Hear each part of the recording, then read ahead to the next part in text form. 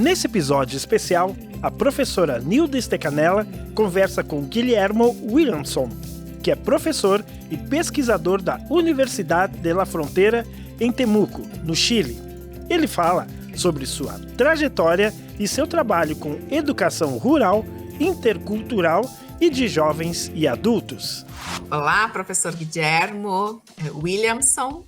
É um grande prazer recebê-lo aqui nesta conversa muito breve, mas muito profunda e muito afetiva nas relações que temos entre a Universidade de Caxias do Sul e a Universidade de La Frontera, situada em Temuco, Chile, e essa parceria no âmbito da rede ibero-americana de pesquisadores sobre a pesquisa na escola. Sem nos alongar muito, eu gostaria que você, professor Guilhermo, se apresentasse um pouco, falasse um pouco de si, sobre a trajetória formativa, especialmente, né? Eu estudei em um colégio de Igreja Católica e depois entrei a estudar na Universidade Católica do Chile em educação. Todos os estudos são de educação da juventude e de educação de adultos não escolarizados. Eu estive acá no Chile a cargo das escolas rurais no país, secretário estadual de educação. Minha formação teve muito que ver com isso, não?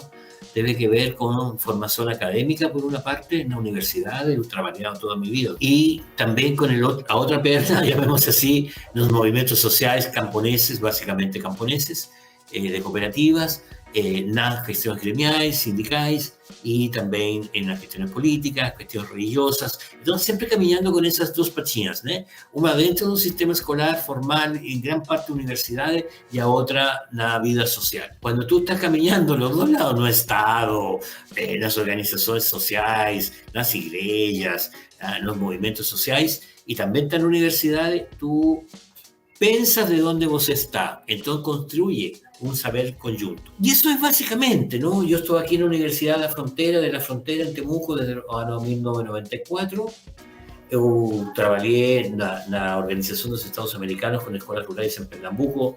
Estive 3 anos trabalhando lá no interior, na zona do Sertão, do agreste pernambucano e do Sertão. Fiz meu doutorado na Universidade Estadual de Campinas também. Eu fiz meu doutorado no ano 87 até 92, foram 6 anos. Só que eu estive em Campinas 4 anos. Estamos no Chile, né? Em plena ditadura militar, eu estava involucrado com o movimento camponês, basicamente com o campesinato, em organização e resistência camponesa à ditadura. Por isso que meu doutorado teve como eixo o movimento camponês, o movimento cooperativo camponês. Eu acredito muito na cooperação. Aí eu me fui fazer minha tese, e minha tese foi o impacto o papel da educação na reconstrução, durante a ditadura, do movimento cooperativo camponês.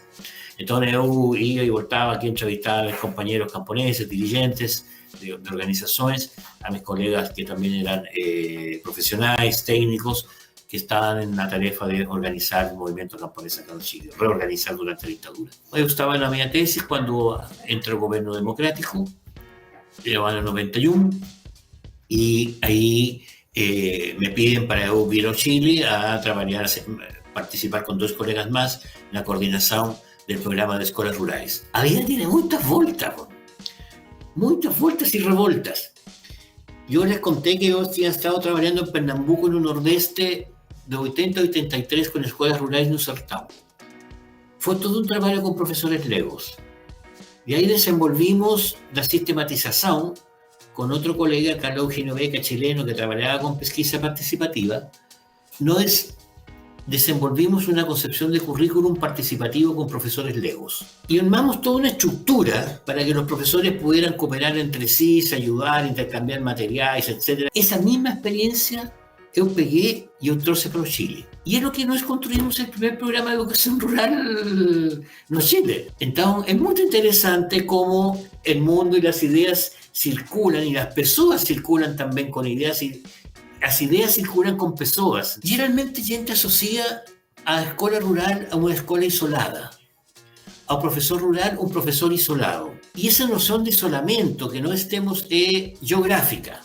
Não tem ônibus, não tem internet, não tem transporte público, está na montanha, está no interior do sertão, está lá no meio de um canavial. Olhando os professores, conversando com eles, todos se moviam. Tomavam um ônibus, caminavam em um... E eu não achava que estavam tão isolados. Porque iam, compravam, sabiam quando... Então mudamos a noção de cooperação docente do isolamento territorial, que es lo que se asocia a zona rural, ao isolamento profissional. Não era um tema de um isolamento, um cara que mora numa ilha com a Robinson Crusoe. Não, o grande tema é que não tinham com quem conversar de educação, com quem construir pedagogia, com quem reflexionar sobre si mesmo. E aí colocamos o foco. Então, nesse foco profissional, el que tem mais estudo entra, el que tem pouco entra, el que sabe fazer uma coisa colabora, el que sabe fazer outra colabora. E por isso o foco mudamos nas escolas rurais de geografia a isolamento profissional. E isso foi um cambio tremendo, foi tremendo. Muito interessante, né, essas duas categorias analíticas, né, o isolamento profissional e o isolamento territorial, e que muitas vezes é a sensibilidade do pesquisador ou do formador que capta essas nuances que muitas vezes ficam padronizadas se nós não tivermos essa competência investigativa para perceber esses detalhes. Mas tem uma curiosidade que eu descobri aí no Chile, né, quando visitei vocês, e que eu não conhecia, mas que nós temos muita curiosidade em saber mais dessa tua convivência com a família de Paulo Freire em Santiago durante o período do exílio, né, que decorrência do golpe militar, golpe cívico-militar que aconteceu no Brasil na década de 60, e que muitos intelectuais nossos foram, né, banidos do país e que o Chile acolheu. Então, você poderia falar um pouquinho para nós de como foi isso? Estava na escola, estava em segundo grau, nessa época, quando chegaram, nós chamávamos os brasileiros. E aí, como eu falei, eu estudei no seminário menor, que era uma escola de igreja del Obispado de Santiago, não? O reitor era o cardeal de Santiago, Monseñor Silva Enrique, grande defensor dos direitos humanos durante a ditadura. O Concílio Vaticano II renova e coloca uma noção mais moderna da igreja, a moderniza, coloca a linguagem do povo e propõe uma certa organização social mais transformadora, más crítica, más de compromiso de iglesia con el mundo. Era el povo, Joan Goulart. A turma que trabajaba con él tenía un grupo de personas católicas progresistas que venían con una formación ya de las mudanzas que tuvo la iglesia católica en el Concilio Vaticano II, cuando veía el golpe militar en Brasil. Varios de ellos se ven en Chile, que hacía de 1963 un gobierno demócrata cristiano aquí, la democracia cristiana, muy apoyada por la Iglesia Católica y con una perspectiva progresista. Entonces ven pro Chile y tienen que colocar sus hijos y los colocan en el colegio en que yo estaba, que era el colegio de Iglesia Católica. No era de congregación, no era de los jesuitas, los salesianos, no, era de iglesia. Y llegó, por ejemplo, al colegio el hijo de Nani María Fiori, llegaron los hijos de Plinio de Ruda Sampaio, que después fue fundador del Partido Trabajador, diputado y presidente de la Cámara de Diputados en Brasil. O filho mayor de él estaba en mi patrulla de escoteros. Llegó Paulo de Tarso, que era ministro de Educación del gobierno de Joan Goulart, cuyo filho somos amigos, ¿no? Mantenemos el contacto hasta hoy. Y llegó también la familia Paulo Freire. Entonces llegó como este grupo de los brasileros a una escuela de un país que éramos bastante isolados los chilenos. No teníamos mucho contacto con los extranjeros. Entonces llegó este grupo como de brasileros, ¿no? Que marcaron porque hablaban portugués, porque eran distintos en la forma de hablar. No voy a decir que éramos ni íntimos amigos ni que pasaba todo. Pero nos tocó ir varias veces con Paulo de Tarso, y nos juntamos en la casa de Freire. Así que ese fue como el contacto, yo te diría, personal durante varios años con este grupo de brasileños, entre ellos los hijos de Paulo Freire. Después, con el tiempo, fui en Campinas, también me tocó acompanhar um seminário que estava editando Paulo Freire na Unicamp. Que experiência bonita, né? E a gente acaba descobrindo isso por acaso numa conversa, né, informal entre uma conferência, um workshop e outro. E muito nos honra saber que você teve esse convívio, né, com a família Paulo Freire, justamente num período muito crítico, né, e que o Chile o acolheu e que foi no Chile que ele escreveu, né, pelo menos as bases mais fortes de pedagogia do oprimido, um livro, né, traduzido em muitas línguas, que ocupa um lugar muito especial nas livrarias estrangeiras e também nas bibliotecas estrangeiras. Freire tem vários textos, como este Pedagogia do Oprimido, que é o grande texto, mas tem também que ver com algumas outras que eu acho que são interessantes. Extensão da comunicação, ele escreve centrado nos processos de reforma agrária. O papel dos trabalhadores sociais, o papel dos professores, o papel dos técnicos agrícolas, dos agrônomos, nos processos de transformação social, no processo de convergência de saberes. Eu acho que esse texto, a mim, me gusta muito, porque es una noción distinta de lo que es hacer profesional. Tengo un texto sobre el papel de las iglesias en América Latina. Yo soy de los que acredito que más além de si nosotros somos o no somos creyentes, si somos de una iglesia A, B, C, D o E,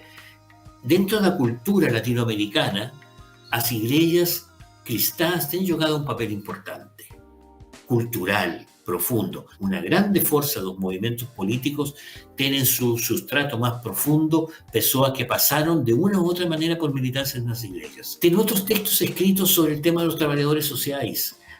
Un conjunto de otros que se levantan desde la inserción de Paulo Freire en los procesos de transformación social en la reforma agraria que estaba viviendo Chile, que era una reforma agraria muy profunda y que marcó la historia de Chile.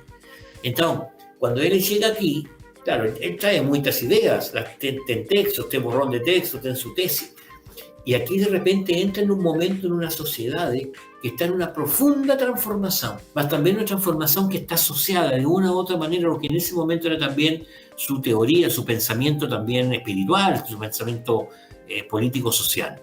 Entonces, yo creo que eso es un tema también que es interesante, porque las cosas no se producen no ar, es que la historia, tu inmersión en la historia, te moviliza também as tuas ideias. E isso eu acho uma questão super potente. Gostaríamos de saber um pouquinho, que você partilhasse um pouco conosco a sua trajetória de atuação no âmbito da educação intercultural. Pode escolher um trecho, um pedaço dessa história, não necessariamente toda ela, mas como é muito forte, né, olhando a sua trajetória, a questão do envolvimento com a educação intercultural, com a extensão, né, que aí no Chile vocês chamam de vínculos, com a educação de adultos, mas também com a educação indígena e a educação rural, como você já trouxe um pouco aqui para nós. A través del cooperativismo conocí muchas comunidades a lo largo de todo el país. En uno de los gobiernos de transición me pidieron que asumiera y construyera el programa de educación intercultural de Chile y fui el primer coordinador. No teníamos nada y todo el mundo asociaba la educación intercultural al mundo rural, ¿no? Tanto es que el programa estaba instalado en el programa de educación rural. Ahí la grande briga fue sacarlo del programa y que tuviera identidad propia. Porque, por dos razones. Porque la interculturalidad no es un tema rural, es urbano, rural, de todo. Y dos, porque yo hallaba que políticamente, y aquí yo creo que la relación que lo dice Freire de educación y política es clarito para mí, políticamente yo siempre hallé que si colocábamos el tema intercultural dentro del rural, lo intercultural iba a desaparecer, los indígenas iban a quedar subsumidos en una categoría de camponés, que es una categoría diferente. O campesinato tiende a tener una, por ejemplo, en Minas Gerais, una condición más de pequeño agricultor familiar. Las comunidades indígenas más comunitaria. No es que la familia no sea importante, pero es la familia ampliada. El campesinado es más bien una familia un poco más restringida, con apoyo de otras familias. Acá tú tienes una historia que está asociada a la colonización. Acá tienes una historia de miles de años instalada. Las espiritualidades estas son más de fuerza cristal. Acá tienes más de fuerza en la naturaleza. Entonces, no es la misma cosa. Fue una briga, más conseguimos tener un programa independiente. El desconocimiento en los años 90, el tema indígena era enorme. Ninguém tenía experiencia. Estábamos asumiendo el gobierno, después de unos 20 años casi de dictadura. Era bien complejo el tema. Pero se logró tener ese programa y hoy hemos avanzado mucho. Yo soy de los que acho que se ha avanzado. Es muy complejo el tema de defender las lenguas, defender modos de producción diferentes, porque la dictadura, lo que eran las comunidades, las separó en pequeñas parcelas, haciendo como más camponés a un indígena rural que propiamente una economía indígena. El mundo indígena tiene se fortalecido también en educación, ¿no? Hay más organizaciones, hay preocupación, hay demanda, hay construcción de demanda. Eso en educación intercultural. No es como universidades, nos hemos apoyado la formación de educadores, de estos educadores de las comunidades, las escuelas. Yo acho que debemos ter capacitado cerca de unos 1.000 educadores en los últimos 3 años, ¿no? En todo el sur de Chile. En educación de jóvenes y adultos, nós temos un programa de hace 20 años, en que trabajamos también con NEPSO, con el proyecto que compartíamos contigo, Nilda, y con tu equipo. Ese proceso de educación de jóvenes y adultos también ha sido muy interesante. Todos miran, ole, los de adultos. Ellos se encargan dos veliños. Y resulta que 75% de los jóvenes, de las personas que están en educación de jóvenes y adultos, están entre los 15 y los 25 años. O sea, no son veliños. Veliños tienen 15, 20%. Todo el resto es joven. Yo acredito en la sistematización de todo lo que tienen falado, de NEPSO, de pesquisas sala de aula, educación rural, educación intercultural, educación de jóvenes y adultos. Estamos con proyectos de abrigados, estamos con muchos proyectos, mas todos tienen que tener sistematización. Entonces tenemos a práctica, reflexión sobre la práctica, sistematización y teorización, con difusión de lo que hacemos. Como a lógica en que misturamos o académico con un trabalho de transformação da realidade. Eu sou dos que acho que tem muita gente que fala de pesquisas nas universidades, em termos gerais, aqui no Chile, da que está mais ao norte, da que está mais ao sul, todo mundo fala, mas não todo mundo faz.